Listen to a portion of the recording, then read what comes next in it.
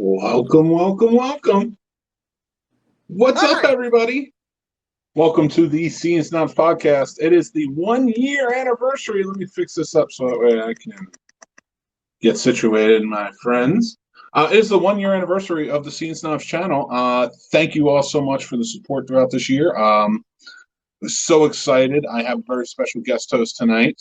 And it is, as you probably well know, because he hosts quite a bit of things, especially on the Seeing Snobs. Mr. Rob Gosher, how you doing, sir? Hey, how's it going? Thanks for coming on the show, man. I appreciate you celebrating the 1 year anniversary with me. Of course. I was happy to. Now, if you guys don't know Rob, and I'm sure you do, Rob is the host of Rob Paints the Movies on Thursday nights, 7:30 p.m. And he is also my co-host on the Behind the Box podcast, which are Cult Classics podcast, on Wednesdays at 7:30 p.m. So 7:30s. Yeah, we do have 7:30. I find that's a really fun time for people. I think people like that time frame. Yeah. Not too late. Everybody can still watch their TV after they're done enjoying our entertaining mess, if you will. I've even kicked around the idea of this going earlier. Because now that it started at 9:30. I don't know if you remember reminiscing. When we started going live at the beginning of quarantine to kind of help entertain with no new stuff coming out, 9:30 seemed to be a good time at that point. Yeah. I think everything was very up in the air for people. I think 9:30 was like people were staying up later, so they were like, okay, this works, this helps. Yeah. Put the kids to bed and it's fine. But now that there's more of a structure with school starting back up and everything else, I think that 7:30 mark is a good thing. Yeah, most people are getting back to work, thankfully. But it seems like 7:30 was our sweet spot, at least for Behind the Box and Rob Paints the Movies. So if you want to move this earlier, I'm sure it would work too. Yeah, I'm going to kick around the idea a little bit more because I have some other ideas too. There's so many ideas for the channel. So I don't know if this will even be a evening show soon enough. That's all I'm going to say. That's your hint for the 1 year anniversary, people. And it might not be a 1 day show. Okay, that's literally. I'm trying to act surprised, but I mean, we talk behind the scenes, so I know what's going on. I know, yeah. Well, come on, you still gotta pretend. You gotta pretend, man. Oh my god, that's amazing. I'll be the Kathy Lee and just act like I don't know what's going on. What? Oh. Well, I have to ask you, man. First of all, shut up.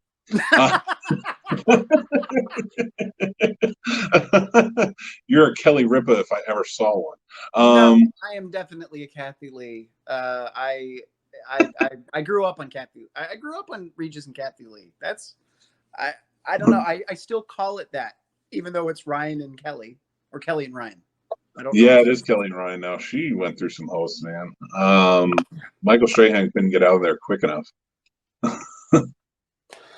The scuttlebutt on that is that he wanted to go to Good Day America, so that way he can prep and get ready to co-host this show in the future. That's his dream, I guess. The Scene Snobs? The Scene Snobs podcast. Michael Strahan, since playing for the Giants, was like, if I'm going to do anything in life, there's going to be any accomplishments in life, I'm going to take this journey to be the ultimate co-host with Mick Manhattan on the Scene Snobs podcast. You can take that to the bank. That was said on TMZ, and it must be true. I wonder if he actually has a podcast. He's got to, right? I would imagine he does. And he should. I mean, I feel like, well, maybe he doesn't actually. Does he really need one? He does a morning show 5 days a week, and that's like a 4-hour show. Yeah, but it's like, look at Ryan Seacrest. I mean, he overextends himself for everything. He's got the morning show, the radio show. He produces the Kardashian stuff. American Idol when it was on. I mean, yeah, man, he's a nutcase, man. He works so hard. I like model my work ethic after him, so that's why I'm so crazy. Um, and you can say that because it's true. All right, so what do we got here? We got some comments. Ariel, hey dudes, congratulations! Thank you very much. I appreciate that. Rob has been along for this journey for quite some time now, and yeah, he has seen Snobs family through and through, and so are all of you, really. But I got to give Rob like top tier status, not because he's better than all of you, but because he has gaslighted me the whole way, and I truly believe that. I truly believe that he is just the top tier because he is and gaslight. I'm wearing what I believe is the first shirt I ever wore on one of the podcasts. I'm pretty sure it was my Kevin Owens shirt for the wrestling. I do remember that. Yes, because you wore it on the when we had it, the 20-minute wrestling podcast. Yeah. And I think I said fantastic 100 times. And I think you're undershooting that. I think you're undershooting the fantastic. I think 99% of the words out of your mouth was fantastic, and the other like 1% was like Kevin Owens, and that was that. Oh, Matt Anderson, Key 13 Film Partners wants to wish you congratulations. Thank you, Key 13. I love you guys. I had a very fun time. Maybe shooting a show with you guys this weekend. I'm keeping it a secret. They're going to be my guests on the show this week. oh, nice. Before we continue, are you getting any of that sound static stuff? I absolutely am, and that's on your end, sir. So it's on when you're doing it on mine too. And I'll go through the comments. Ariel also says, "Will night be day and day be night?" It may be. We have a lot of stuff planned for the Scene Snobs channel. Lots and lots of stuff. Yeah, you do your thing, buddy. Yeah, so we have tons of stuff going on. Switch the internet. Oh, go for it, bud. And Christy, you've joined us. Hey, Christy, thank you for joining in. Appreciate you. Appreciate all of you for joining in. You guys are fantastic talents.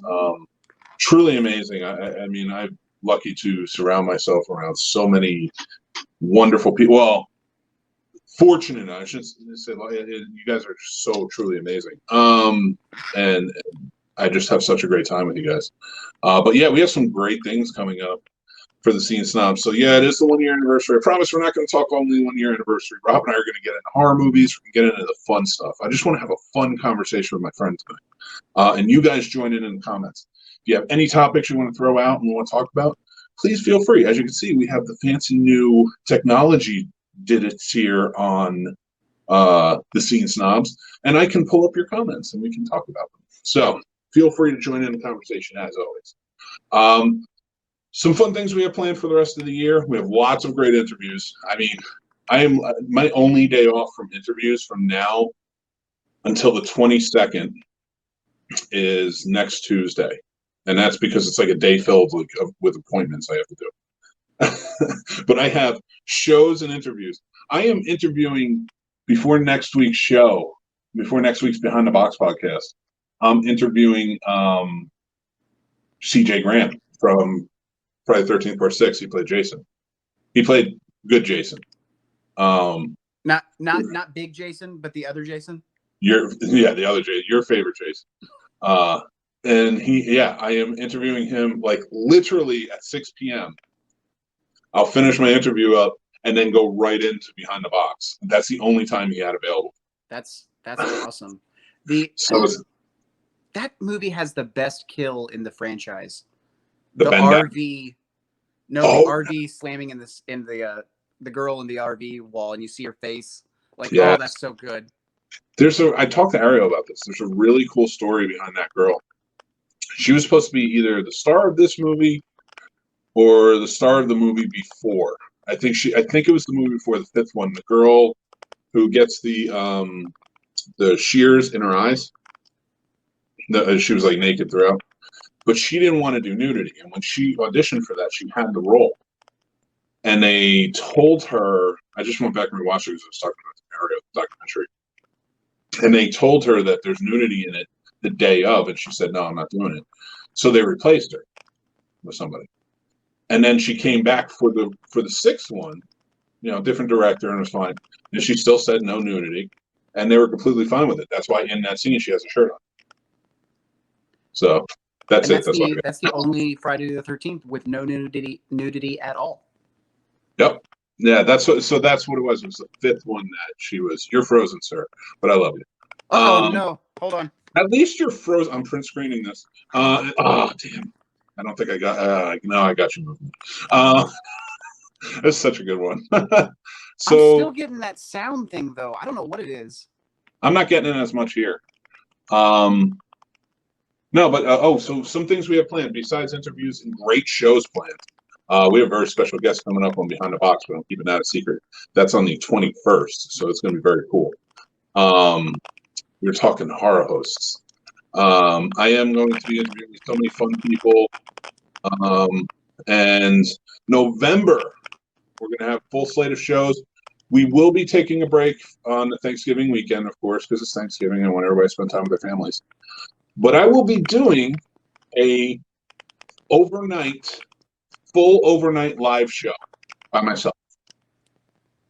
And the reason I'm doing that is because after the kids go to bed, after Mary goes to bed, I'm going to do this and do it overnight because I know what it's like to spend the holidays by yourself.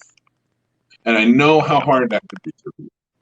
So what I want to do is I want to have an overnight show, and anybody who wants to listen, even if nobody's listening, but if you feel lonely and you want to talk, or you want to listen, you want to come on a show and talk about movies, or just have a good time and maybe try and escape the loneliness a bit, I'm going to be there for Thanksgiving. So I'm going to do that overnight into Black Friday. And that's good. I will talk more about the details as we get closer to it. But that's what I'm going to do for Thanksgiving night. So if you guys are willing to join or you know people who may be interested, please let them know, and we will be doing that. So, and I'll try and get some guests. If any guests feel lonely enough and they want to jump in, please feel free. But let's get back to the comments because we have some good ones. I'm going to save Ariel's because it's a great question. I don't know how you guys find time to do all these shows, but I appreciate you that you do. How do I find time to do all these shows? I have a very great support system of friends. I have very great supporters that inspire me to do it. Like Rob. Like Rob's on 3 shows this week. Like out of anybody, as much as Lori's great, I love working with Lori on Behind the Box, and she does so much for the site. Len does so much for the site. My wife does so much for the site, helping out, and they are fantastic. And I could not do it without them. But legit, if I ask Rob to be on the show, this dude jumps on, and that's why I appreciate him so much. And that's why I wanted him on this show. I definitely wanted him on the 1-year anniversary. I wanted to celebrate with him. So thank you, Rob. Oh, of course. And I find the time just because we're stuck at home. But I will no, of course I'll support. I mean, there's been a couple of times where I know you've had guests fall through, and you're just like, man, I got to do it alone. I'm like, no, I'll pop in. It's just fun. It's great to talk. I mean, and honestly, we don't really get a chance to hang out that much. So I mean, yeah, I'll make time. You were the last and friend I have a great support system too. Christina's super supportive. Yes. Violet's great, and Christina and I enjoy it anyway because Thursdays we get to spend together anyway. So it's Christina has done so many cool things, and have been so helpful with the site and everything she does in Rob Hates Movies with the movie trivia. Like, she knocks it out of the park. I appreciate you guys so much for your show. She does say, however, that you are suffering from a ghost. That's the problem, I think, there. I don't know what that means. I don't. You know what? Now it is a ghost, and I'm down with it. And we're gonna talk. Maybe we'll talk ghost stories because ghost stories are fun. Maybe we'll do a seance. You want to do a seance live on the air? No. I watched the movie. What was it? Host or whatever. No, I'm good. Come on, it'll be great. We'll turn out the lights. We will not say the word. Oh my God, no way. It's an hour long and it's terrifying. Terrifying. Ariel had a great topic to talk about. She goes, okay, best horror movie anthologies, go. I mean, Tales from the Dark Side. We just did Twilight Zone last week, which was a good one. It's weird. They're all tales for me. Tales from the Crypt, Tales from the Dark Side, and Tales from the Hood. I mean, it's those three for me. But I mean, Tales from the Crypt is a show, but still amazing. Yeah, it's those three for me. And modern stuff, I do appreciate American Horror Story a lot. Yeah, it is a cool show. I like that. And I want to talk to you about Ratchet because I know you watched it. I watched it too. I did. But before we do, I do want to mention like VHS. VHS was a pretty good one. I like it. The first one was great. The second one was okay. The third one was terrible. Like I could not get into the third one. I didn't even go past the second one, and I didn't even really enjoy the second one as much. Like the first one had that feel of it with the kids breaking in and watching VHS tapes, and then they had to go into a storyline for the second one. I was like, I don't care. I like the Bat story, the Batwoman story, or I guess she's a vampire or whatever she is, but she's like turning into a bat in the hotel room. Oh, that's so good. Her eyes are just creepy as hell in that. Yeah, that was a really good one. 80 of Death was pretty good.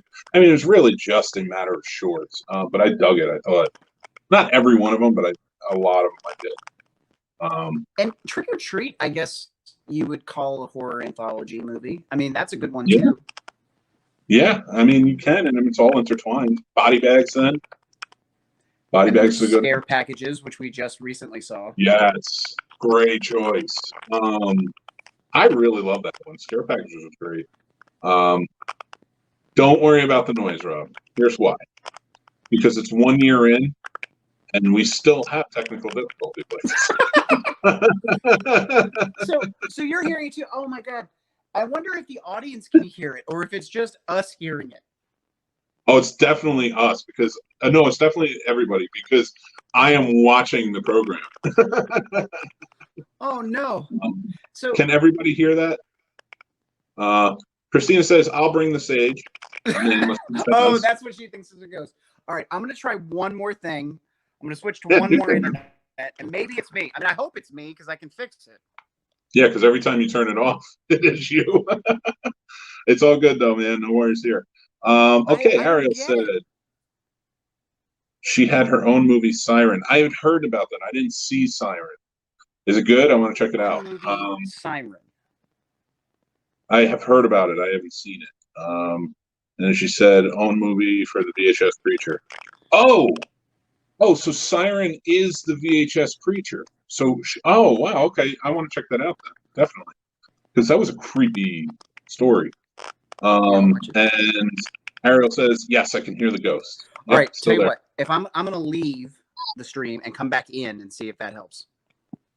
All right. Yeah, just leave the studio. Don't end my broadcast. I'll be right back. Well, just like the Scene Snobs in the beginning, I'm solo again. Well, not yet. I guess he's still frozen. All right. So it's just me right now. And I still appreciate it so much that you guys are joining in and having conversations with us. Ariel says that Siren is worthwhile. It's on the list. I'll be watching it. Definitely, 100%. Let me make myself a little smaller so you can see my face. Or not. How does this work? Why are you doing this to me? And Christy says, what are some of the horror film posters that made the biggest impact on you? Artwork-wise, or even some that made you really excited to see the film or freaked you out? That's a fantastic question. And actually, I'm going to show you some.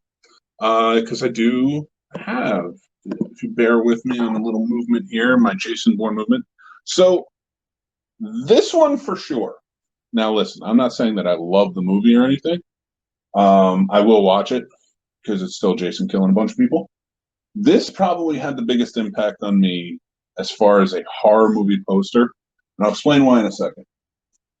I moved my Matthew Modine picture here so you can see it. This is Freddy's Dead: The Final Nightmare, and this is Halloween: The Curse of Michael Myers. Now I'll put you back real quick. So, as far as horror movie posters go, I have to say that these are the biggest impact on them. And the reason they were is because, let me let Rob back in, and I'll tell him what we're talking about. Hey, Rob. Hey. So far, so good. So far, so good. Oh my God, it's worse. And it's not me. I was hearing it when I was backstage. Actually, yeah. If anybody answers, let me know if it's still happening when Rob is not here. Was it still happening when Rob was not here? Oh my God, it's getting worse. Why are you killing me? I don't know what I'm doing. He's sending a ghost.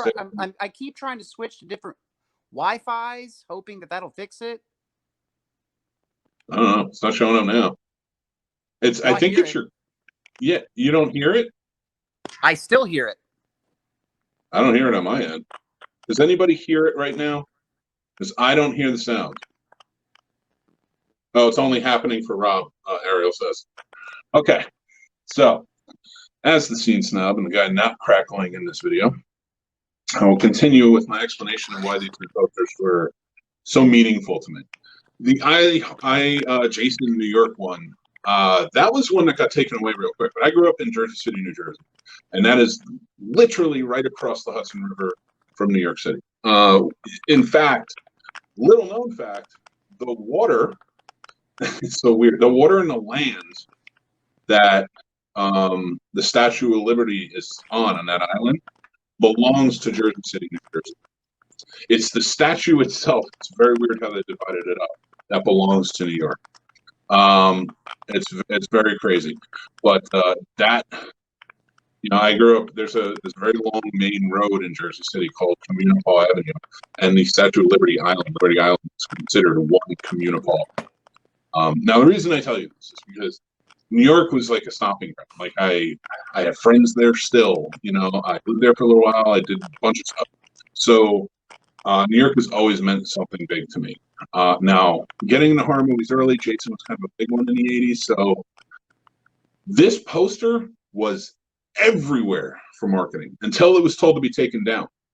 And then all over the country, it got taken down because they didn't want them using the I Heart New York sign. But it did not go away in the cities. It did not go away in New York City. It was in Jersey City. It was up everywhere. Because once they posted it everywhere, it was just there. No, we lost Rob. He'll be back. I have faith in him. Rob, use a tablet or a phone if you have one. Whatever you're not using, use something else. We'll try that. We'll see what happens. So that was a big one for me because it was like the first time I was really marketing for a movie. I was really aware of it. And for a horror movie, I'm sorry, Batman really put the. There you go. Hey, did you hear what I said? I did not. I was hearing the entire thing. It just dropped me out. Did you? Are you using your tablet or are you using your phone? I'm using my phone. I could try switching to the tablet. Try switching to the tablet. Let's just see what happens. Maybe it might be the device.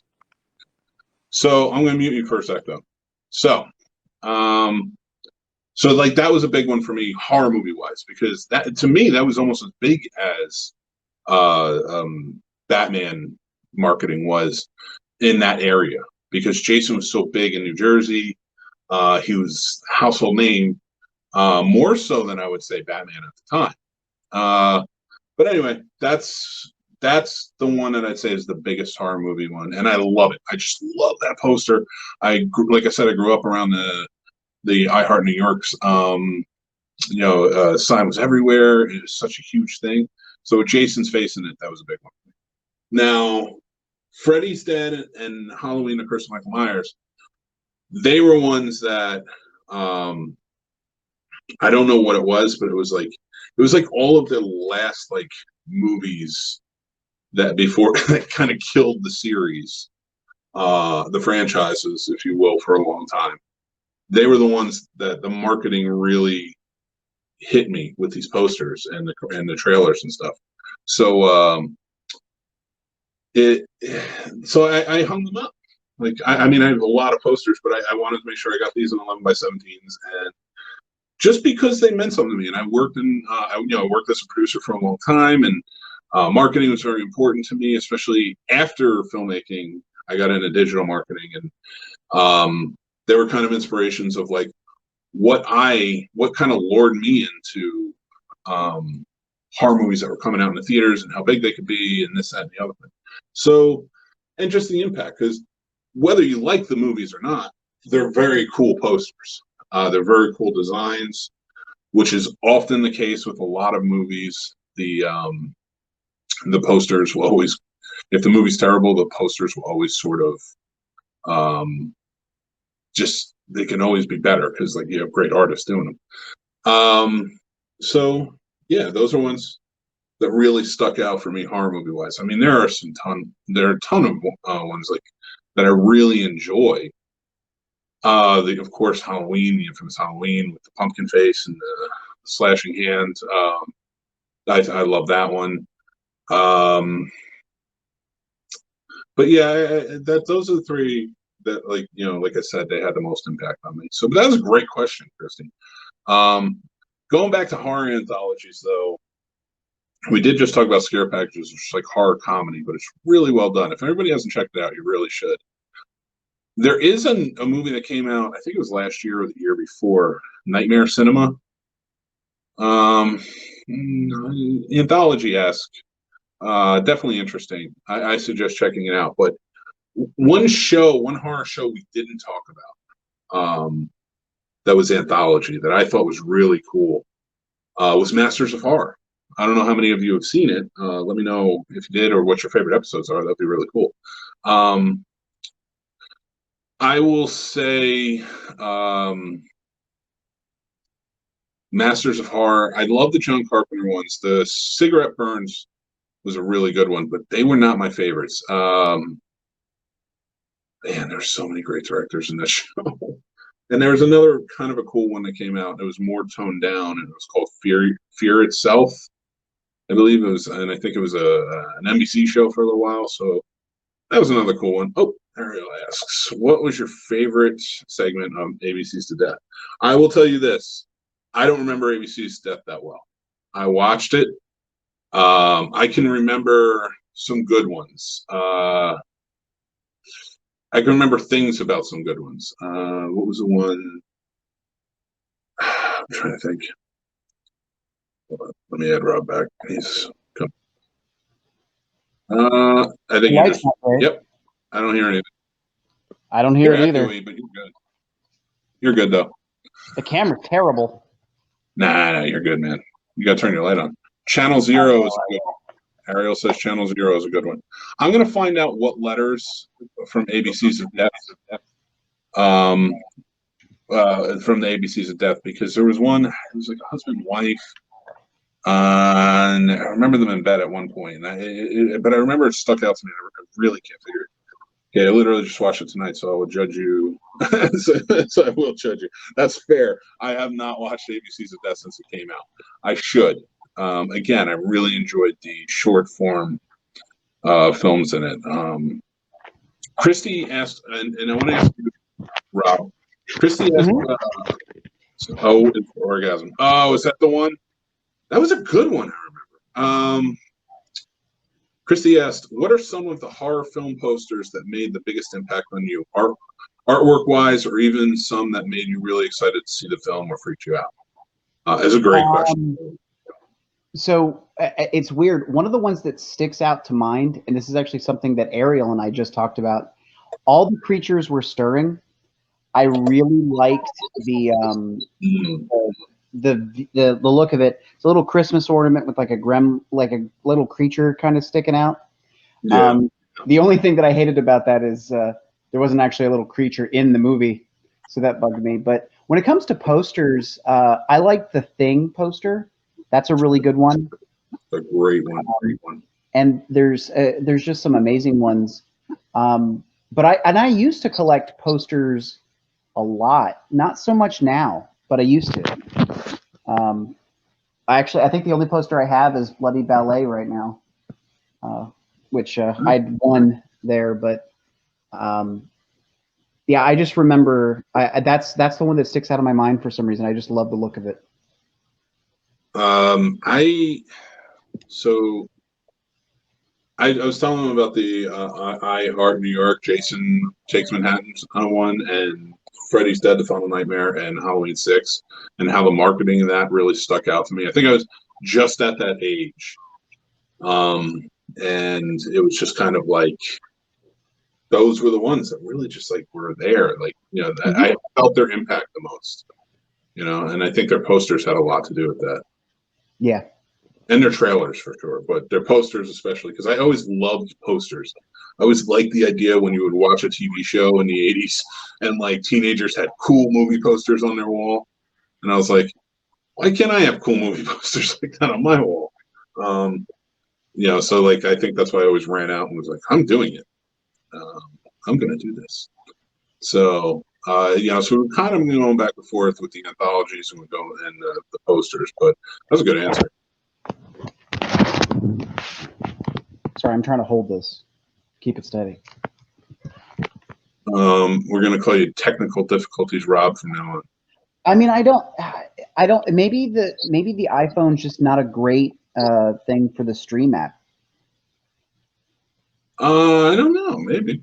Well, Lori does pretty good on it. Yeah, and it worked for me last night too. It's weird. Yeah, you guys, just so everybody knows, this week, Rob Paints the Movies on Thursday is going to be recorded. It will not be a live episode. Very special guest, Christy Roy, is on there. They both did such amazing. Well, we're not doing the guesses, right? Huh? Oh no, it's not. So all of October, there's no guessing. Like I'll be up front and say, hey, I'm doing a movie from this, because we planned out all of October. Okay. Well, so here's the deal. I'm not going to tell them what you painted. Oh no, that's fine. But I do want to say that it is from, and because I kind of want to talk about the 1-year anniversary aspect of it, if that's okay with you. Sure. So they did 2 different paintings from the movie Night of the Living Dead, one of my favorites of all time, one of Rob's favorites of all time. And, you know, we love that movie, so we talk about it like crazy. The reason it means so much to me in the 1-year anniversary is, if you go back, and it's up on YouTube, if you go back and you watch the first episode of the Scene Snobs podcast, which was the very first show on the Scene Snobs channel, 1 year ago today, posted 1 year ago today. So if you go back and you watch that, we didn't do video. It was me, and I had a partner at that time. He did a couple episodes, and then we parted ways. He comes back on every once in a while. You see him, Casey Platt. Yeah, so you'll see him on a show again. But he, at the time, we did the first episode, and we did not do video. I was always planning on doing video too for a YouTube channel, but at the time we did. We just didn't record. I think we did the second episode though. So, or no, we didn't. For a long time, I edited videos for all the shows. That's right. So anyway, long story short, too late. We get to we had like an hour and 32 minutes, I think it was, or something. So I took a free version of Night of the Living Dead and just laid it over the sound, the podcast. So while you're listening to the podcast, it's just Night of the Living Dead playing on YouTube. And that's that. So that's just like, what movie can I do that I love that I think works?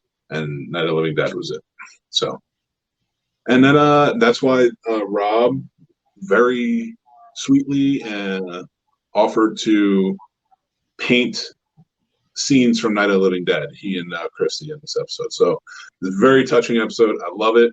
I love the artwork. I can't wait for you guys to see it. I'm not giving anything away. They both look awesome. I will say, and this is not me being humble, Christy did such an amazing job to the point where I was learning so much just watching her technique. There's a lot of me like painting, and then there's a lot of breaks for me, and that's because I'm just staring at what she's doing and going, "Oh my god, this is so good." But I will tell you, I mean, yours looks amazing, man, and give yourself credit too, because it really does look amazing. My wife does not want it in the house. I will say that she does not want it in the house. I will happily. I have a place for it right there. I have a place for it. I have a place for it everywhere. I'm definitely keeping it. I do not blame you. I do not blame you one bit. I'm just saying, if your wife truly wants it out of the house, I'll happily take it off your hands. The one I want to do one day is the remake of Night of the Living Dead, because as much as I love the Romero version, I do love the remake with Tony Todd a lot. I'd love to meet the main character from that one.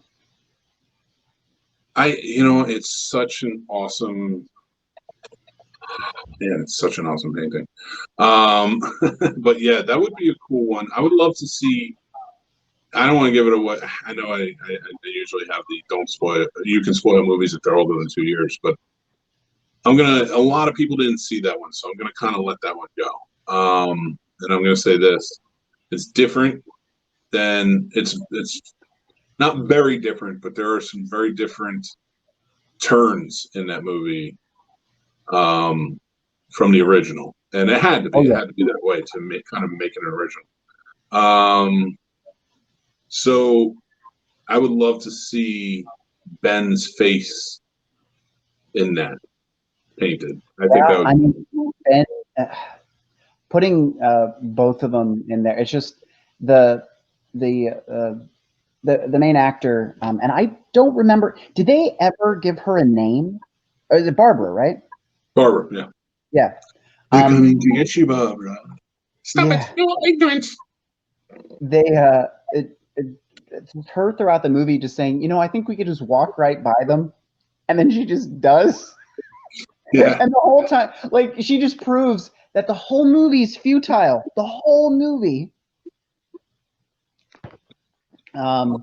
Christy, so Christy, I mean this wholeheartedly. Tell me how much you will sell that painting for. I don't care. It is so good. I would love to have that on my wall, because that is the, oh god, it was just so good. But getting back to that movie, Tony Todd's performance.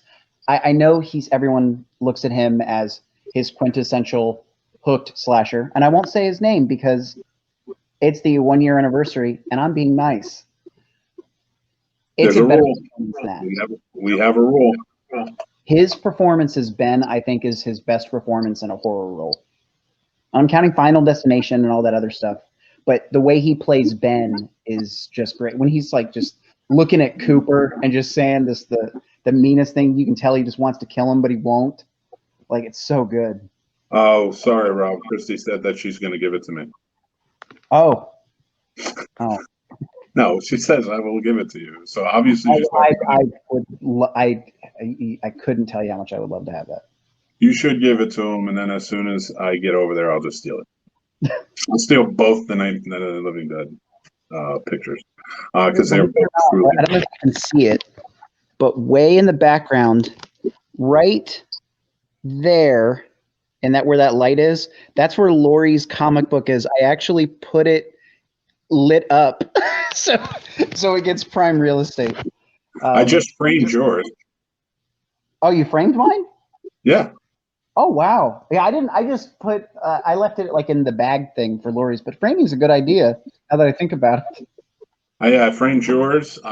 So when Four Color Fantasies did their, which was an amazing charity event, and they had so many fantastic artists do artwork, including our friend and colleague and co-host, Mrs. Lori Havermehl. She did a fantastic Tank Girl cover.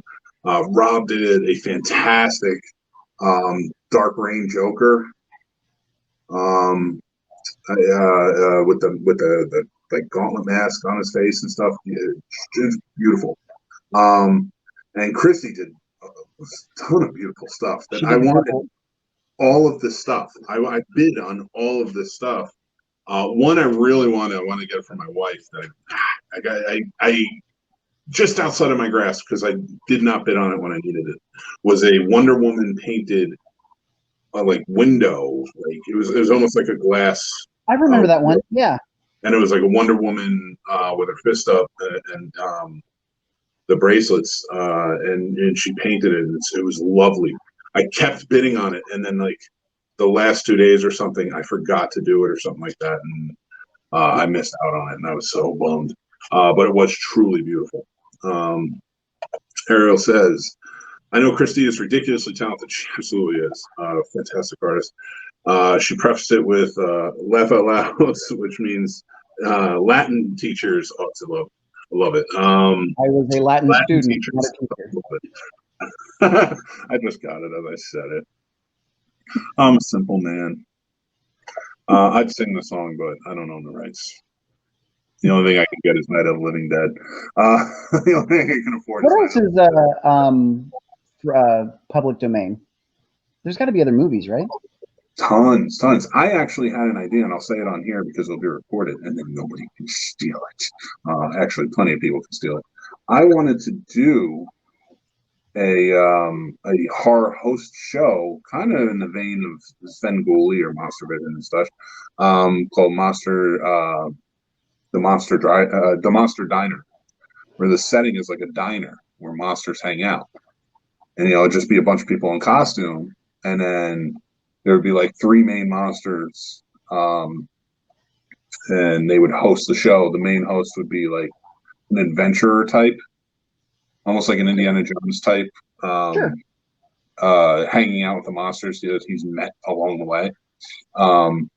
And he would just host old public domain movies. Like, I thought that would be an awesome idea. Yeah. I've never done anything with it. So now I'm sure plenty of people will steal it and whatever. No. I like the idea. I have like 3 people who watch my show, and I trust them, so I don't think they're going to steal it. So, they would just prefer to be on it. When you were talking about the diner, do you remember the show Beetleborgs? Yeah. Do you remember how it was the ghost, but he also had a mummy and a werewolf and a vampire in the house for some weird reason? The whole I'm thinking you should just get like those old costumes. I know someone had to have thrown them away, and then there you go. There's your monsters. I'm going to challenge it a little bit, and mostly because with some news this week, our beloved, and I have figures of him everywhere. He is truly beloved by, I know, myself and everybody else who's watching and on the show, Rob. Rick Moranis, please speedy recovery from that piece of garbage that hit you. I wish I was on the street that day. I wish I was walking down the street that day. I would have crushed this guy. And if you are watching, I will crush you still if I see you, because Rick Moranis is a national treasure, and he's not even from this nation. And he's still a national treasure. So many Canadians are a national treasure here, though. I mean, Michael J. Fox, Jim Carrey for a time. We shouldn't have people's sexiest men alive. We should have America's greatest national treasures that are Canadian. And we vote on that because, like, Ryan Reynolds, I mean, it just is what it is. But to go back to that, do you remember Rick Moranis' Monster High? It was in the 90s. It was a cartoon. It was a very short-lived cartoon. And it was it was Rick Moranis as a cartoon who took a teaching job at a high school in Transylvania, and he was teaching all like the big monsters, Dracula, Frankenstein, all them. He was teaching their kids in high school. So I remember there were some dolls that were called Monster High. I don't think it was the same thing. Not the same. This is way before. Yeah, I'm sure I would have seen it because back in the 90s, I mean, I watched that. But yeah, I can't vividly remember it. I screwed up. I don't know why I remember Monster High. It was Gravedale High. Gravedale. But it was still Rick Moranis. It was still Rick Moranis as a teacher, but it was called Gravedale High. Sorry. I think it was on NBC, Saturday mornings. I'm going to look it up. I'm going to tell you that. See if I remember it. I don't know why that popped into my... Well, because of poor Rick getting hurt this week. So I will say this. There's some other news today that came out. Very sad. Eddie Van Halen passed away today, and I just wanted to say rest in peace to him. Yeah, that's yeah. I don't. That bothers me. I'm a Van Halen fan.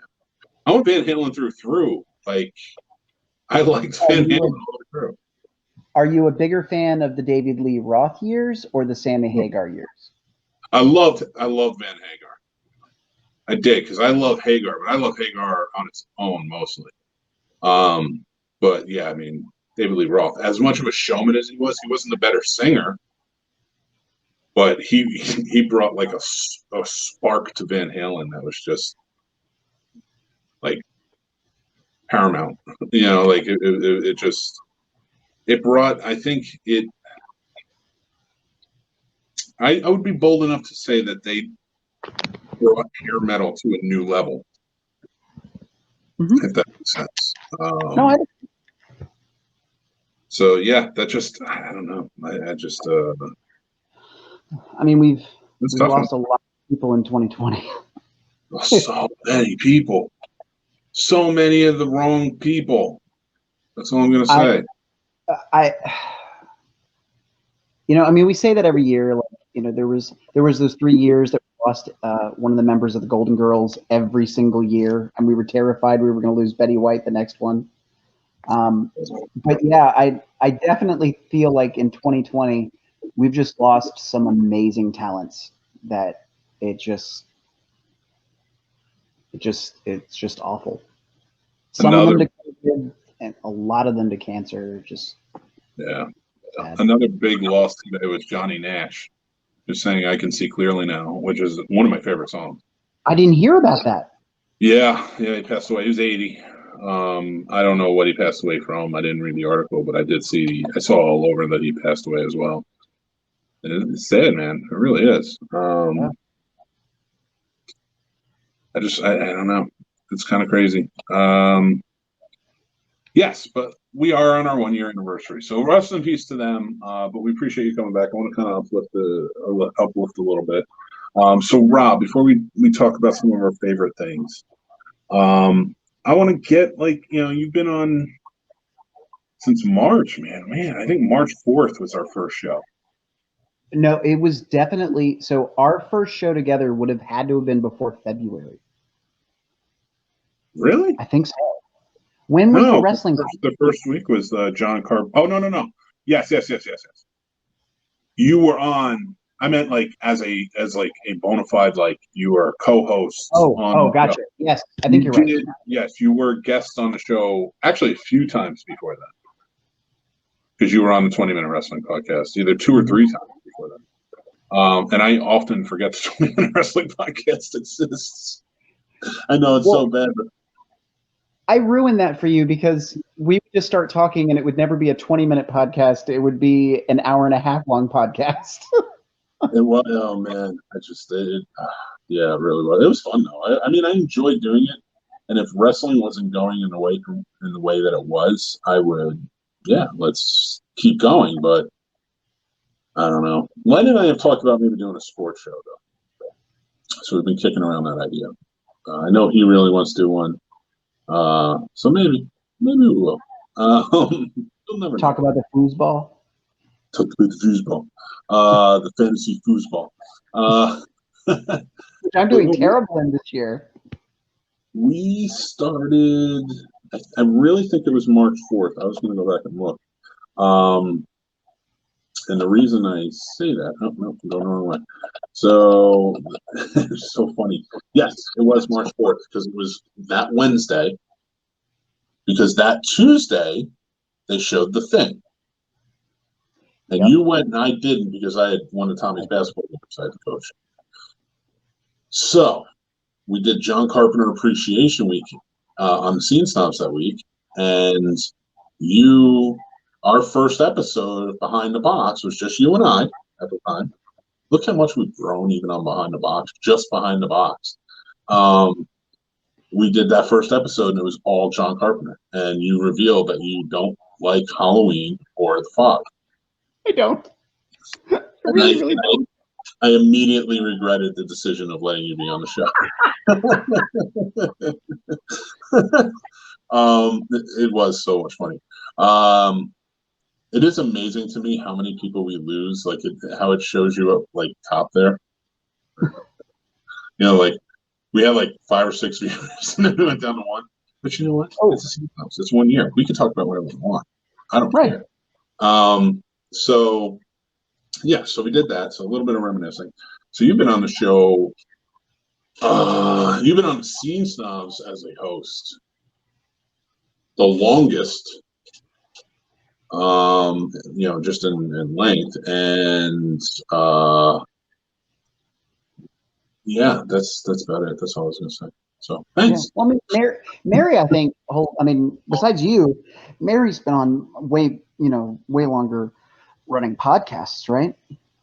Yes, like working on it. Yeah, absolutely. But like doing a show because we stopped doing. We've done a couple, but longevity of shows because we haven't been doing Marriage Like That podcast or American Movie Challenge in a while, and it's really comes down to her success, truly deserves success for the cookie company, for Kimball's Cookies. She's doing fantastic, and so she's just busy all the time. She put up those pictures of the Halloween cookies, which if any of you watching or listening at a later date, go check out Kimball's Cookies on Facebook. She put up the Halloween cookies and orders just flooded in. She was so worried about that too. I loved the little Frankenstein one that she did. That was my favorite of the ones that she made. I didn't have any for Halloween, but I've already booked a reservation for Christmas. So I've got that in the back. The awesome thing, because it's kind of like watching you, watching Christy, like following you guys on social media. Any artists, and Lori, definitely. Lori's a fantastic artist. Watching all of you guys when it comes to art and what you do astounds me. I have no discernible talents. Trust me. I know. No, don't feel bad. I had this talk with my son. I don't feel bad. I had this talk with my son. I don't agree. I don't know. Everything I have is skill-based. It's not talents. I have trained myself to do the things that I need to do to succeed where I want to succeed. And I don't think that's a bad thing either. I think some people just don't have talents, and I think that some do. Now, I saw what you were saying last night about, like, anybody can paint. Now, maybe that's true. I don't know that I necessarily agree with it. And maybe I could. Maybe if I practiced, I could paint. I cannot paint like you guys. And the reason being is because there's a look, there's a talent there. Now, can anybody pick up a skill? Absolutely. Anybody can learn to play the piano. Anybody can learn to paint. Anybody can learn to draw. But you're not going to have that. You're going to miss that thing, that talent, if you don't have it. So when I look at, I can't say this, I'm just getting into painting for a second. I didn't have it. I wasn't a very great drawer at all. I just started and it was just practice. It really is just practice. And I noticed, and the one thing I will say is you kind of, how like artists, even directors in films, they have like a style, an aesthetic and things like that. You kind of develop that. Because I've looked at some of my earlier stuff and it's nothing like it is now. It's not that it's better, it's just not the style. I genuinely believe, and I mean this, if you put your mind to it, you definitely could. I agree. Because she didn't used to make a lot of cookies, she said, but she just started doing it more and more and more. And I will say this: her cookies have always been great, but they are phenomenal now.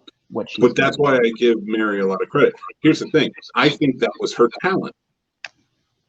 I think she, everybody has a talent except for me, which is completely fine. And I do not have one. I've been searching forever. I do not have one. Maybe my talent is that I'm pretty good at building up skills when I need to. If I really try hard, I can build up skills to be successful. But the talent side of things, like that was the thing with the cookies when she started doing the cookies. She busts her ass. She draws everything out in her sketch pad to all of her ideas. Now, I'm not saying that like they're perfect drawings or sketches or anything, and she wouldn't say that either. But she would absolutely, she absolutely plans everything else she's going to do. Mm-hmm. Even like with the Fern Gully, perfect example. When she made the Fern Gully ones for you, she watched the movie like 3 or 4 times and was planning on like which characters would be fun to do, what can I do here, and then plan out like what's happening in each or scenes or whatever she was trying to get. And she does that with everything. She did that with, she'll look and see other people's cookies and say, okay, what can I do that is kind of like that because I like that design, but can stand out too. And she knocks out of the park every time, I think, just like you guys do with your paintings and such. It is like you guys. It's a true talent. I love it. I respect talent like crazy. But yeah, that's all I have. Go to Kimball's Cookies. They're the sponsor of the show. I do, it took me so long to like eat the cookies because I didn't want them to like go away. And I know they're cookies; you're supposed to eat them. But I'm like, they're so pretty. I don't want to ruin this one. Batty stayed around forever. That was such a good one. Yeah, I liked Batty a lot. I liked what she did with Batty. So I watch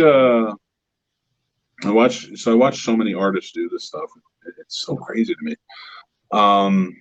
Like even writing, I would kill to have a talent at writing. I've just worked at the skill for it to learn, and then I watch then I'll see writers write something. I'm just like, you asshole. It's like it just comes so naturally.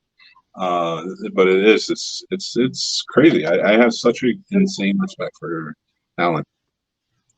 Going with that and talking about a movie that we both just saw, did you identify with the main male character in Scare Me then?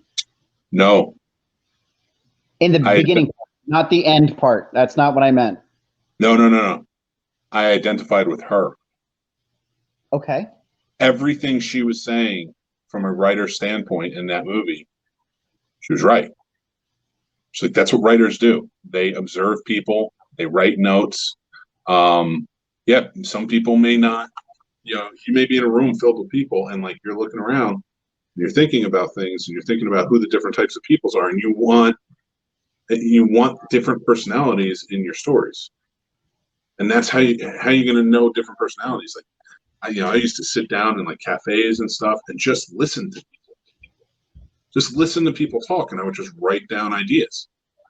What would this person be like if they were stuck in this situation, this, that, or the other thing. And like when he snaps and he's like, that's his idea. And I was like, it's a title. I completely agreed with her. Like, it's a title. You need to let this go. But there are a lot of writers who are subpar writers. And the reason being, and here's where I start bitching. The reason being is because they don't take the time to learn how to write. They automatically think they know how to write. They'll read a book and they'll be like, oh, I know how to write. And it's like, I can do this. And it's like, man, I started going to screenwriting classes and creative writing classes and everything else in high school, because high school offered those things up. And then as soon as I was out of high school, I was in different screenwriting classes, playwriting classes, all types of writing classes, a lot of creative writing classes for years and years, and that never ends. I still do seminars. Skyline had a seminar with 2 writers, screenwriters. I went and I signed up for it and I listened to it. There are other ones too that are free all the time during COVID that I just sit and I listen to and I write down my notes and stuff like that. There's never a point where I'm like, I'm done. I know more than them, and or that I should ever stop, because there's always something you're going to hear. You can disagree with somebody who's teaching you 90% of what they say, but you'll still get 10% out of it where you're just like, I didn't know that, and I didn't think about that, and that's awesome.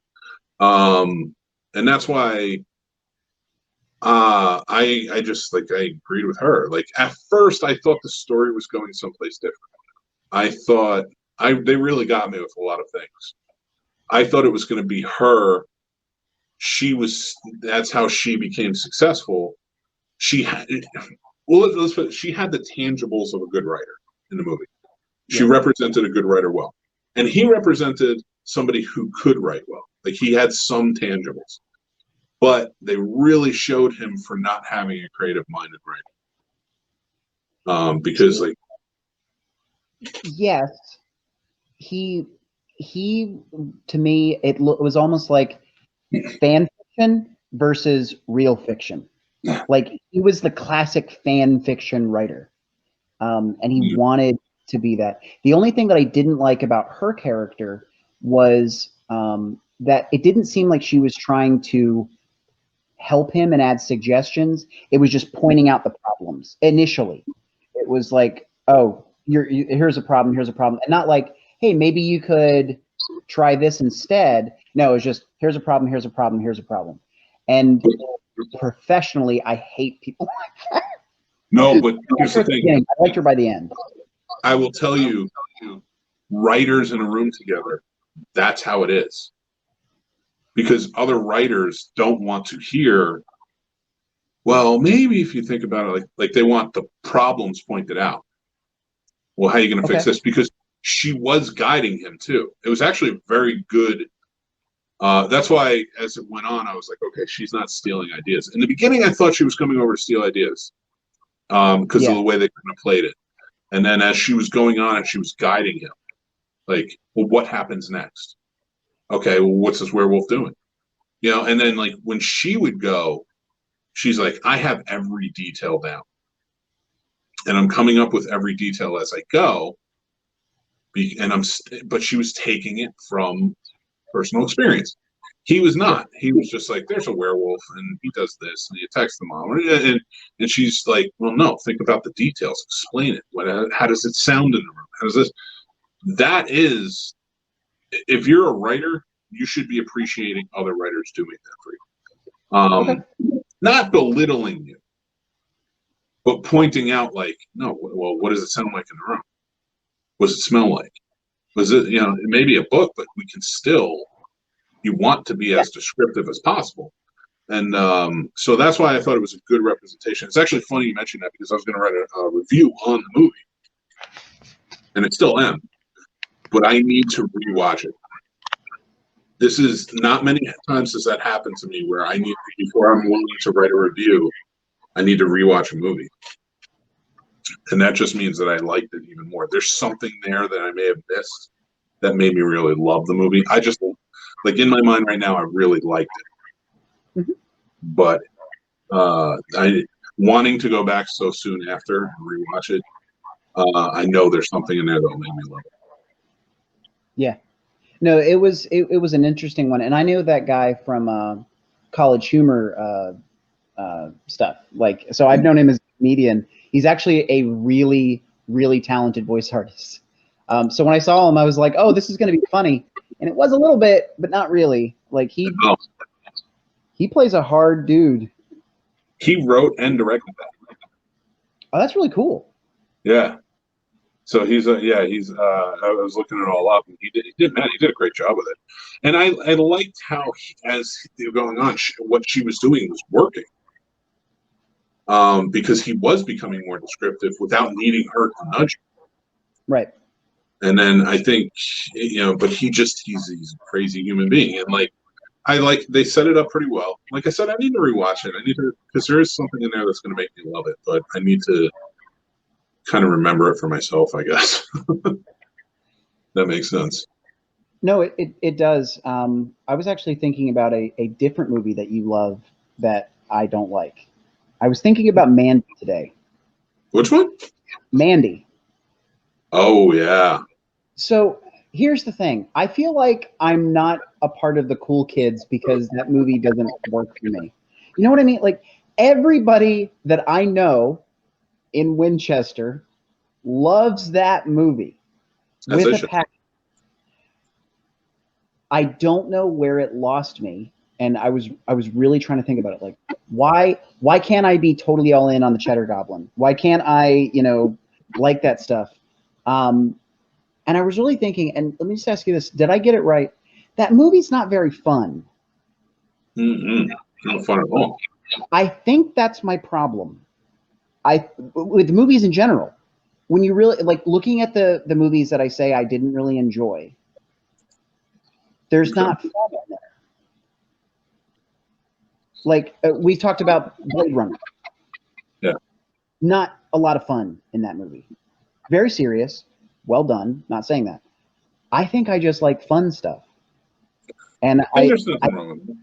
no, but I think that's what it was. Like when I was really thinking about it, I'm like, why can't I do this? Like, why did I love Color Out of Space and I didn't like Mandy? Like, how could I love Mom and Dad? Because it's all Nicolas Cage stuff. And I was really thinking about that. I think that's what it is. And even The Fog, not that much fun. And Halloween isn't fun. Halloween becomes fun. It becomes very hokey and very corny, and they kind of turn Michael Myers into more of a parody of himself than actual scary figure by the end of the series. Yeah. But that's why I think I liked it because it was just fun. And like Friday the 13th was always hokey and corny. I mean, they would always try to do humor bits and things like that. Yeah. Well, like Ariel says, I don't love it with a passion. Beautiful. It is a beautiful film. It is. I will. But she says it's not Hardy, and that's where I would disagree with Ariel. My feelings on the movie are it is a simple movie, but the tale of conviction versus conviction in your Lord versus conviction in your love sticks out to me, and just it just hit me over the head with a hard mallet. You have this cult leader who is doing nothing but speaking of his God.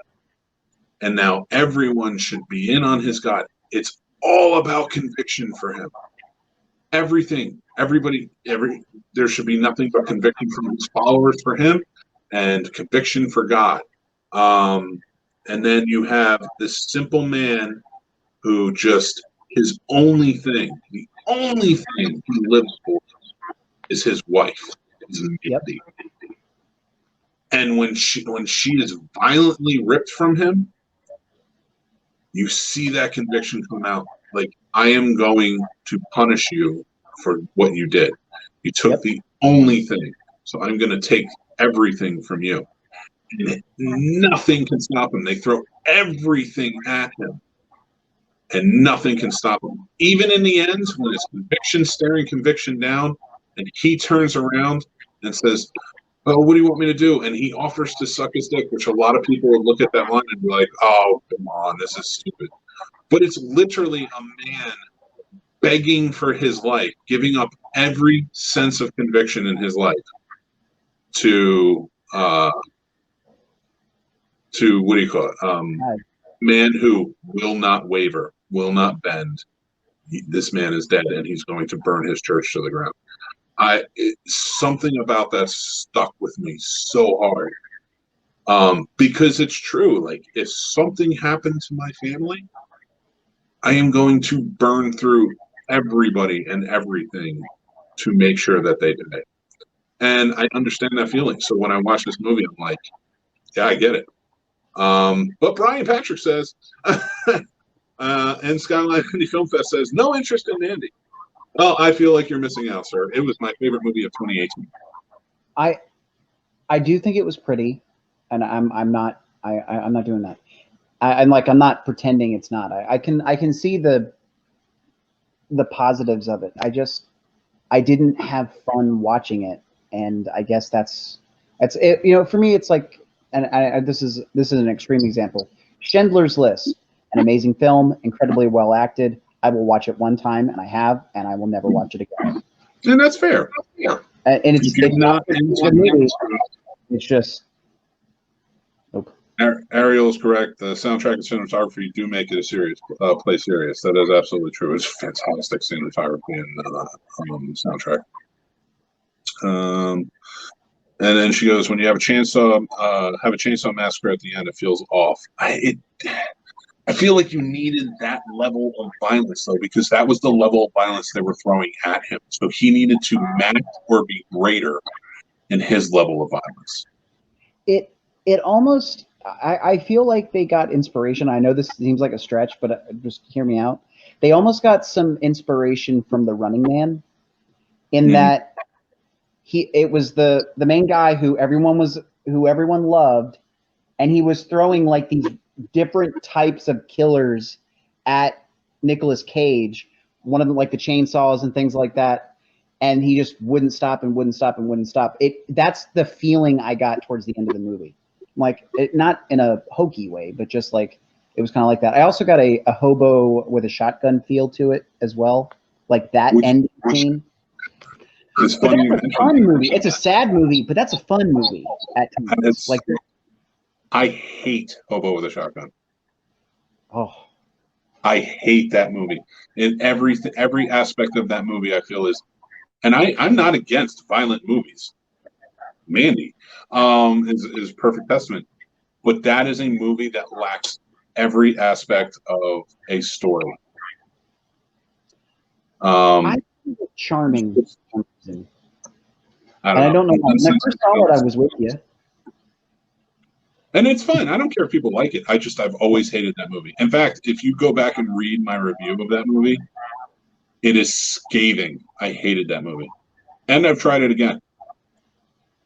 Were you there for the 35 millimeter experience? I absolutely was not, because that movie is dog shit. In my eyes, that I hate that movie. And I want to say thank you to our friends over at Skyline Indie Film Fest, who we love. Always remember, November 1st, Skyline Indie Film Fest is going to start taking submissions for next year's movies. So make sure you submit your short films or your feature film or your scripts or anything else. Indie filmmaking. Let's bring it to Winchester, Virginia. And congratulations to our friend Billy Ray Bruton from Scripts Gone Wild, who is now the co-director of Skyline Indie Film Festival with Brian Patrick. So we're very excited about that. Cool. Well, first of all, Brian's just an awesome dude. I get to do Pulling Focus with him all the time. We are actually interviewing this weekend, this Friday. We're interviewing the director of Nightmare on Elm Street 2, Jack Stolder, is going to be on the show. So we're doing that. That's going to be a lot of fun. And yeah, we got just a ton of fun stuff that Brian and I have planned just to even like work together, which is going to be really cool. So thank you for the happy anniversary, sir. And he also asks thoughts on Bubba Hotep. I love that movie. I absolutely love that movie. I love Don Coscarelli movies, anywhere, anytime, anywhere. And especially that. It was okay. Why do you hate Bubba Hotep? I didn't hate it. I didn't hate it. I did not hate it. I wanted to see the penis. Like, they talk about it throughout the entire movie. Yes, you gotta. You can't talk about that and never show it. I feel like I didn't want to see it. I liked everything about the movie except for the CG of the mummy. I did not like the CG mummy parts. I was like, they could do practical. They could just do totally practical. I forgave it. I mean, for the time, you're right. You're not wrong. But I still love that movie, and that's why I think I forgave it. But I like Bruce Campbell. Bruce Campbell in it. I really did. And I like the JFK thing. I thought that was kind of funny. But it was, I don't know. It was just it was just okay. I had fun watching it. I didn't go to the PC showing, but I was watching it at home at the same time. So, you know, I kind of felt like I was a part of it, and it didn't speak to me. But I mean, I love almost everything else that Bruce Campbell's in, including Burn Notice, which I was very sad got canceled. Did you ever? Well, they did finish it off though. They gave it a true ending. They did. Did you ever see My Name Is Bruce? Yes, where he plays himself, kind of, but he's also like the hero. Yeah. Yeah, that was funny. He also, but that's the thing. Like, I like Bruce Campbell in general, so I'm going to enjoy his performances. Well, yeah, I thought that was a good one where he's like a trashier version of himself, trash human being that just they think is a hero. I always thought it was funny. So getting back to Bubba Hotep, your take on it. Was he actually Elvis or was he not? I will always believe he was Elvis. I will not believe that Ozzie Davis was JFK. Not for any other reason like of that. I like the idea that one of them was and one of them wasn't. And that his best friend was somebody who was saying he was somebody who isn't. And that's what marks him to like kind of question himself at times, but also making him the actual Elvis, I think, is poetic in a way. So that's why I always choose to believe that he was, and Ozzie Davis's character wasn't, and which is such a great because Ozzie Davis was such an amazing actor. When I hear Bubba Hotep and Ozzie Davis in it, I'm just like, I don't know what happens that Ozzie Davis is in that movie, and I'm not against it or upset by it in any way, shape, or form, but. I'm just like, how did you do it? How did you pull this off, Don Coscarelli? He's the mayor. He's the mayor from Do the Right Thing. I mean, he's been in so many amazing things. But anyway, yeah. So Bubba Hotep, I always love. That's a go-to for me. That I just truly enjoy. Now we've been getting we're going a little long in the tooth. A little bit.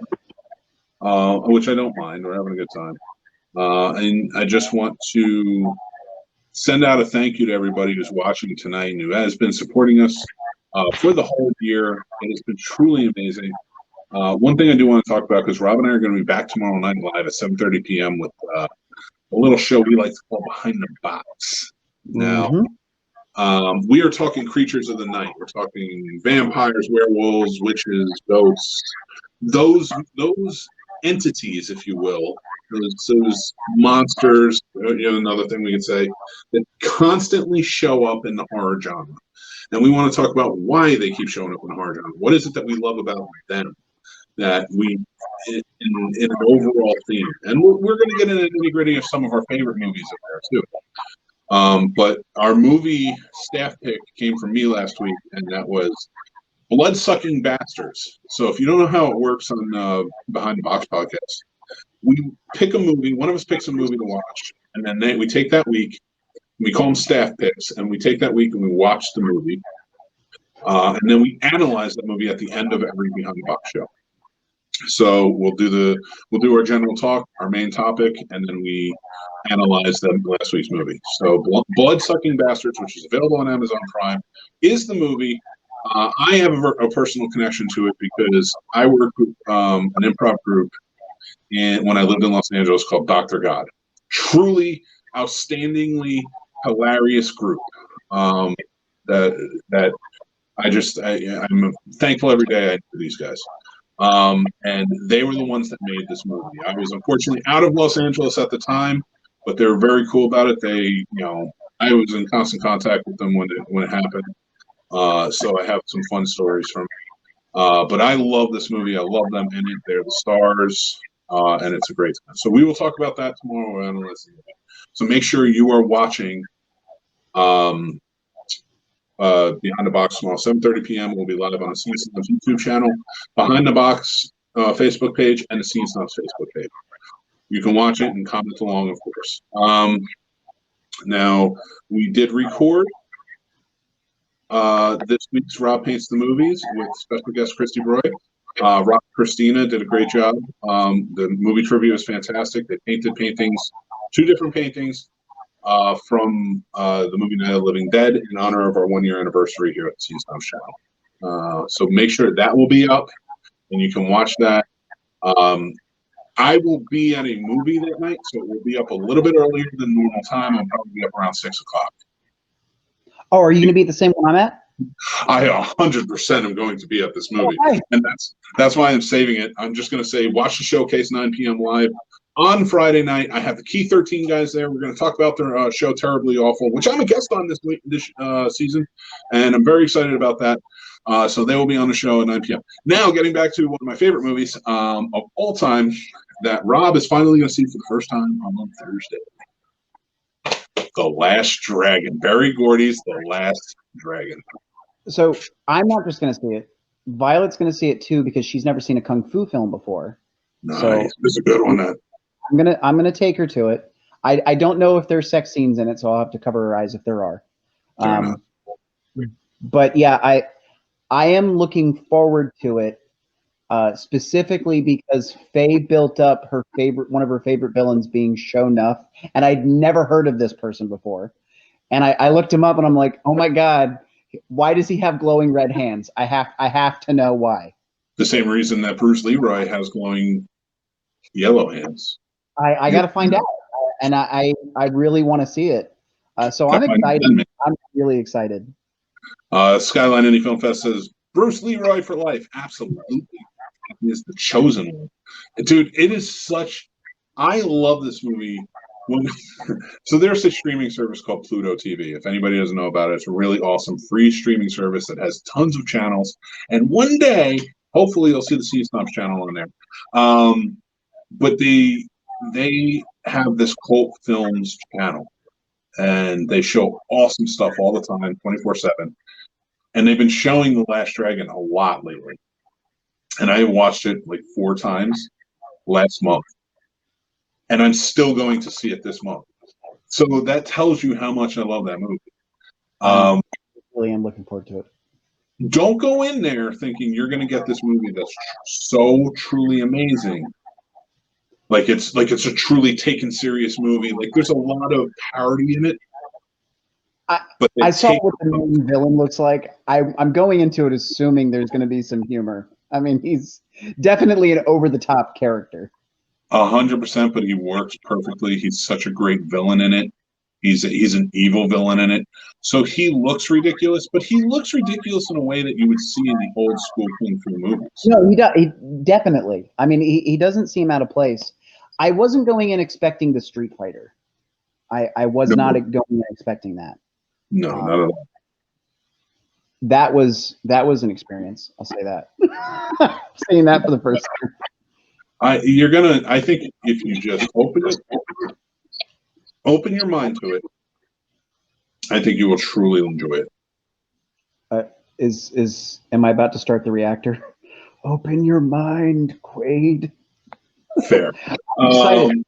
Violet's going to be too. She doesn't even know she's going, but so I'm just going to have fun. Apparently, there's some cauldron milkshake that I have to try out. Yeah, I saw Faye talk about that on thing. I mean, yeah, it's going to be a really fun. It's going to be a fun time. And then I think I'm going to go back on Friday for that Wolf of Snowy River or whatever. That thing looks good. Okay, I will get the title right just for anybody watching. It's called The Wolf of Snow Hollow. Hollow. The trailer for it looks truly brilliant. I reached out to the actor today and asked him if he wanted to do an interview. Actually, I reached out to quite a few directors over movies I watched over the course of the past few days, and they all seem pretty excited to do the show. I haven't booked all of them. Some of them may overlap in November, but man, I'm excited. There's gonna be some fun stuff. I am really excited. I know we're talking about the fact that isn't a lot of good movies coming out, but there's a lot of good horror movies that are coming out. Whether they were filmed years ago and they're just finally putting them out on theaters or what, I don't know. But there's been a lot of good horror that's come out lately. Well, first off, I have to say Brian, because the actor's name in The Wolf with Snow Hollow is Jim Cummings. And he says Jim Cummings is hilarious. He is. If you've ever seen Thunder Road, check it out. Well, Jim Cummings is a very good actor if you check out Thunder Road. But I want to ask, do you know Jim Cummings? And if you do, can you get me an interview with you? I am very excited to talk to him because I'm very excited for this movie. Action. It is, yeah. Brian, can you do this favor for me? So I'm super excited for it. I think oh, I guess he does know him because he says I can ask. Yeah, that's why I love you, buddy. Well, that's not why I love you, but there's a whole myriad because you're a great guy. But that was a very sweet thing. Hey, Tina Marie. If you haven't checked out her podcast, you should definitely go on and check it out. It's a psychedelic podcast, and she does a fantastic job with it. She's a great spirit. So check out her podcast some more. I will post it on Snobs social media. But thank you for joining in and watching. I appreciate that. So it's been a wild 1-year ride of the channel. Rob has been along for most of it, so I'm very excited for that. And I don't know. It's psyche. Yes, I'm sorry. I know I screwed up. But I will make sure that I put in the description. I'll put a link to your show, the Psychedelic podcast. It is a very good show. So, I've been very fortunate to meet a lot of very cool people. Thank you very much. I appreciate that, Tina Marie. That is awesome of you. Thank you. So I'm very excited for everything that's been going on lately. All the amazing interviews I'm getting, it have been truly fantastic. And just so much going on. Like, I feel like, and we got so much going to be happening. We have more shows planned for the new year. So we're going to be like a bit of a travel show. They're all not going to be podcasts. They're going to be some of them will be videos. Some of them will be podcasts. Some podcasts will be changing up things a little bit in terms of fun stuff. And we're going to probably be getting some more hosts soon. So hopefully you guys are ready. I appreciate that. And thank you, Tina Marie. Yes, 1 year. It has been crazy. It's been a crazy journey, but it's the start of something. So like I said, I want to get to many, many more years. And thank you to my dear friend Rob. Oh, you guys are killing it. Never stop. Thank you so much. Rob, thank you so much for being on the show tonight. I really appreciate it. I had such a fantastic time. I love all of my podcasting friends, like Tina Marie, the Con Guys, Ride the Omnibus podcast from Ariel. Go listen to a fantastic podcast, and you're going to learn things on that show. I listen to that show, and I'm smarter every time I'm done with the episode. And I just truly appreciate her and all of her help. She and I are going to be doing a live. I forgot to mention this. We're going to be doing a live discussion panel this Sunday on the Seeing Snobs channel on Facebook, and it's going to be on YouTube. We're talking about problematic horror movies, so we have some great guests that are going to come on. We will announce them soon. But we're going to be talking about problematic horror movies and things like that, different aspects of it. And I am just so happy to be a part of it. I know I'm going to learn a lot. Just great panels coming on. I don't want to announce anybody, like I said, just yet, but it's some very fun stuff. You guys are going to love it. Make sure you listen to Rod the Omnibus podcast. Make sure you're listening to the Psychedelic podcast. Tina Marie is great. Make sure you're listening to the Con Guys. The Con Guys are awesome. And they also have the Scare Guy podcast, which is very cool and horror-oriented. Make sure you guys are checking out the Canned Air podcast. Those guys are fantastic. I had them on the show last week. I know I'm talking a lot. but there's so many fun people, and I will make sure to list them. And the reason I'm bringing them up is because I'm going to be maybe teaming up with some for a special event soon. So it's still in the works, so we got a lot of stuff coming. New shows coming in 2021. Stand by, but not like the idiot said. Stand by as in let's have fun and enjoy it. You see how crazy and off the rails it goes after a year. Oh yeah, Tina, you're gonna be talking to yes, the con guys. I'm gonna be talking to them soon, and I just played Jack in the Box with Canned Air. I played. Rob and I did too. I was a guest on the show, and Rob did. He played Jack in the Box with them too, and we failed miserably in that show. It was terrible. They're so much fun. Those guys are so much fun. The con guys are so much fun. These are guys guys and girls who I discovered by joining groups. Steve Joyner, who's a publicist, he kind of brought us together, and I love their shows. I'm just enjoying it. Ariel's a good friend, and ride the omnibus. I'm telling you, your IQ will go up if you watch the show. So, Rob, if you want to tag out anytime, I fully understand. I just can't. No, I'm listening. I'm listening to everything you're saying. So many amazing things. All right, I'm getting tired. Yes, Randy and Jack are fantastic too. Everyone is so great. Everyone is so different, and I'm happy for y'all. 1 year is so big. Thank you so much. That is awesome. I really appreciate it. She just got done playing 5 minutes ago, and I know that because I have it up and I didn't watch them because I want to support. Breathe. Them. You need to breathe, man. You're gonna pass out. Dude, after a year, you would have thought I got better at this. You would have thought I was a micro machine guy. So yeah, there's just so many awesome things going on. I am so excited, and I can't announce them yet, but I'm like want to because I'm terrible at surprises. But all the new show ideas for 2021. But we're going on 11 o'clock. You got work tomorrow. I can't keep you up anymore. Thank you, everybody, for watching. It has been a fantastic year. I am just filled with joy and warmth and so much more, and I just appreciate all of you.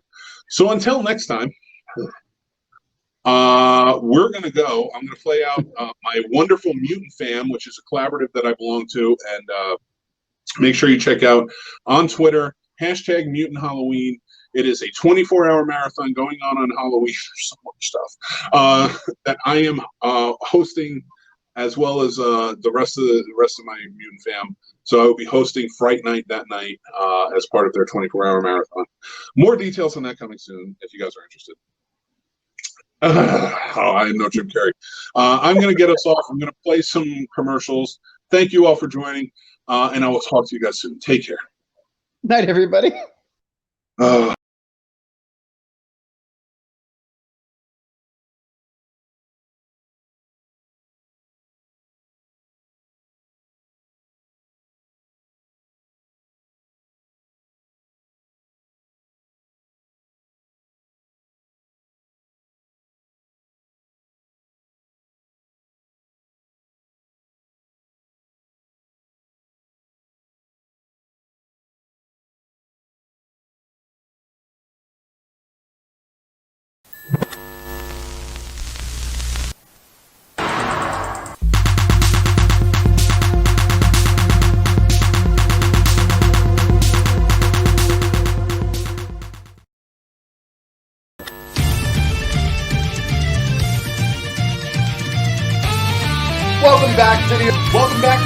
Welcome back, Uncle Living Dead. Welcome back, Video Creeps. What up, guys? What up?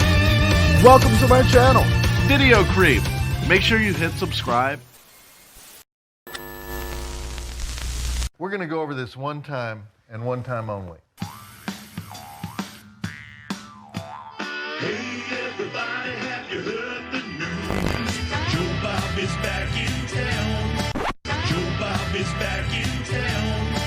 Joe Bob is back in town.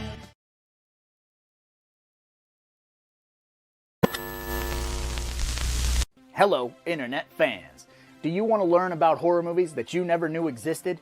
Do you miss the video store but not the late fees? Then join us at 3B Video, where we talk about stuff like this, and this, and this.